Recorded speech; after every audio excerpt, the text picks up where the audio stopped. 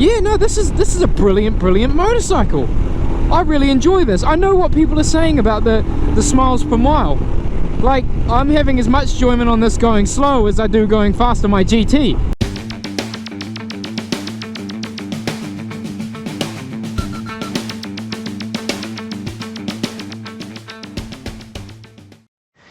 What is up YouTube? My name is Vinny and welcome to Road Blast Media, and today this is going to be a very special video because this is going to be my first impressions of my brand new Royal Enfield Himalayan. And I've been looking forward to getting this bike for a little while now, and I've finally got one. I'm a man of my word. I told you guys I was going to get one. Don't worry, the GT's going nowhere, the Interceptor is staying, and we also have a classic 500 on the way. So we're going to pretty much almost have the whole Royal Enfield fleet, which will be really awesome. So yeah, before we crack on, make sure to like and subscribe if you enjoy this video.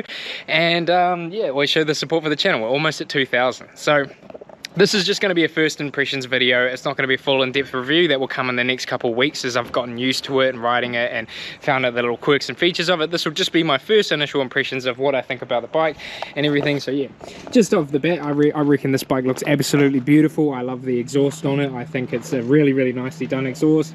It's a very nice looking and solid bike for the money. You really cannot beat just the value of bike that you get for what you pay. Compared to the other market. Like, obviously it's not the fastest, but in the end of the day it's an adventure bike. It really doesn't need to be. It can still do the speed limits and things like that.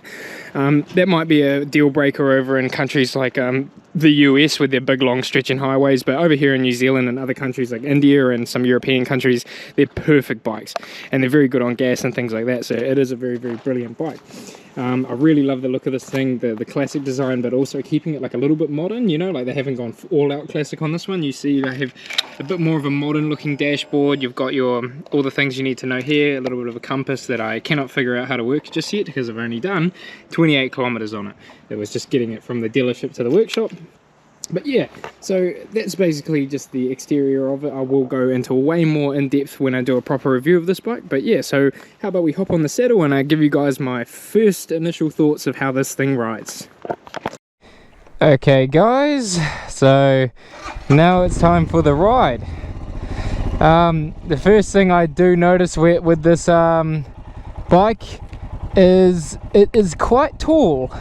I would say it's about on the level of the Interceptor, but it's a little bit more of an effort to swing your leg over this thing. It's quite tall. Once you're in the seat, it's pretty good though, and I can still get my feet down all right. I'm about 5'9", and I'm just on my tippy toes there. Okay, and that's also another thing. When you get these and they're nice and fresh, they do like to stall on you, but that quickly goes away once it's all warmed up and things like that. So yeah, no, I really like riding this bike. It's super enjoyable to ride, and the riding position is just next level comfortable.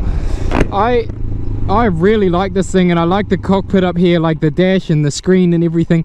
It's a really beautiful bike, and I don't know, like I definitely see what everybody means about the whole miles per mile thing, and that this bike just really doesn't need to be fast. I have a lot of enjoyment on it. It is just such a beautiful and friendly bike to ride.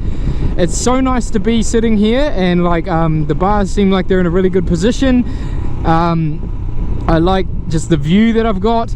It's amazingly comfortable and very smooth to ride actually, although the only thing that I kind of find a little bit something that I'm going to have to get used to is from second down to first is quite, like first is quite short, you know, like it doesn't really have much. So when you go from second to first, it does have quite a bit of compression lock if you do it too early, and that's just something I'm going to have to get used to. Obviously first gear is very short for the off-roading side of this bike. Sometimes you do need a very low gear to for it to be capable off-road, and I will be doing some off-roading videos very soon. I'll run it in a little bit more before I do some off-roading.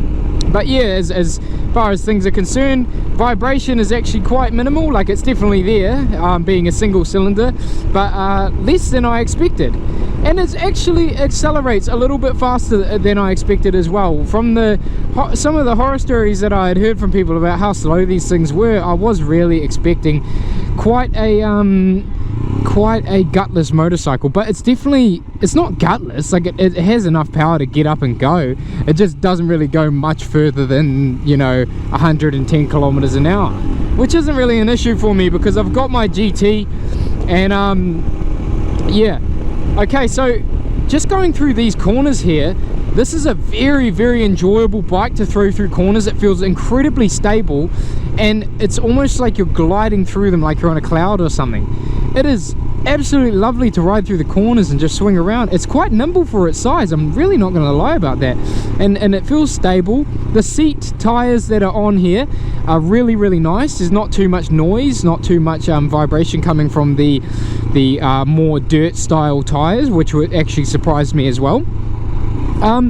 But no, this is a very, very cool bike. Like, I think I'm going to have a lot of really a lot of enjoyable trips on this bike and off-roading and things like that, because like I just really like it up here on the saddle. It's such a beautiful position to be in.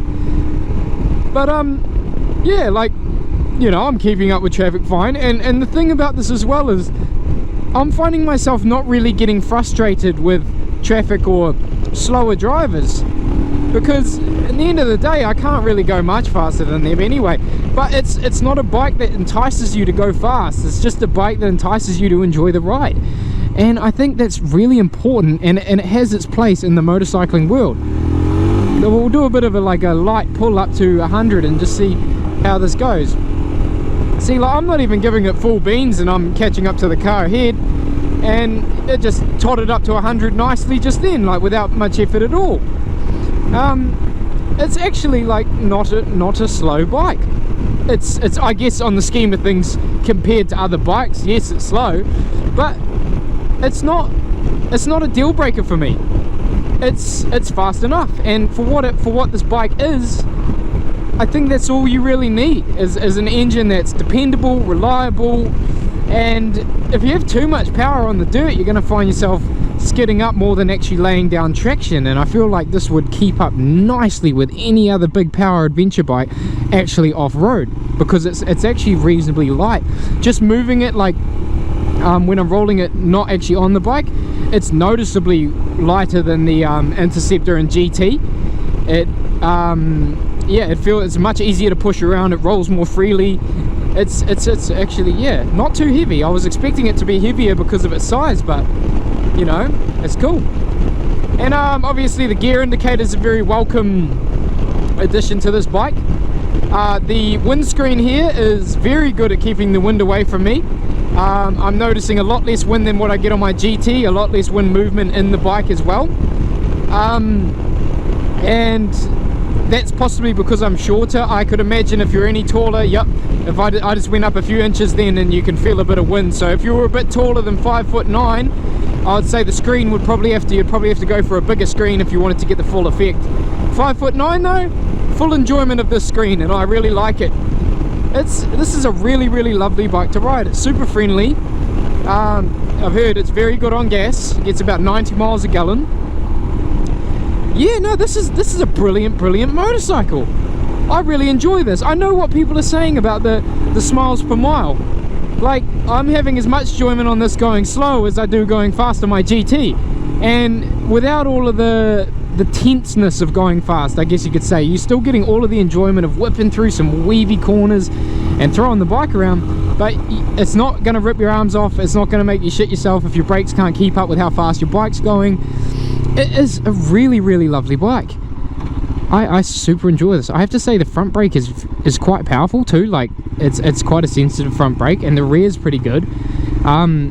Overall, I'm really impressed with the amount of bike I've gotten for the money, especially talking brand new, of course. Obviously the second-hand market, you can get some pretty wicked bikes for what I paid for this, but you don't get that same safety net of the warranty, and also the fact of you knowing what Ks have gone into this, knowing that it hasn't been thrashed and things like that.